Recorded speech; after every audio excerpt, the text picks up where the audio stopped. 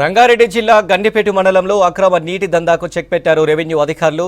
వట్టినాగులపల్లి, ఖానాపూర్లో అక్రమంగా నిర్వహిస్తున్న నీటి స్థావరాలపై దాడులు చేశారు. నీటిని నిల్వ ఉంచిన బావులను జేసీబీల సాయంతో పూడ్చివేశారు.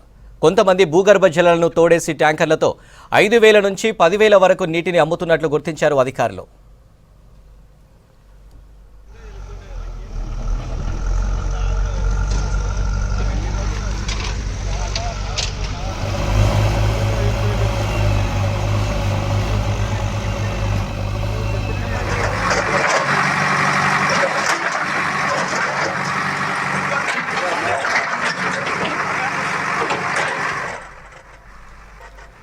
రంగారెడ్డి జిల్లా గండిపేట మండలంలో అక్రమ నీటి దందాకు చెక్ పెట్టారు రెవెన్యూ అధికారులు.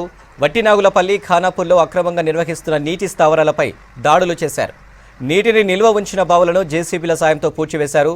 కొంతమంది భూగర్భ జలాలను తోడేసి ట్యాంకర్లతో 5,000 నుంచి 10,000 వరకు నీటిని అమ్ముతున్నట్టు గుర్తించారు అధికారులు.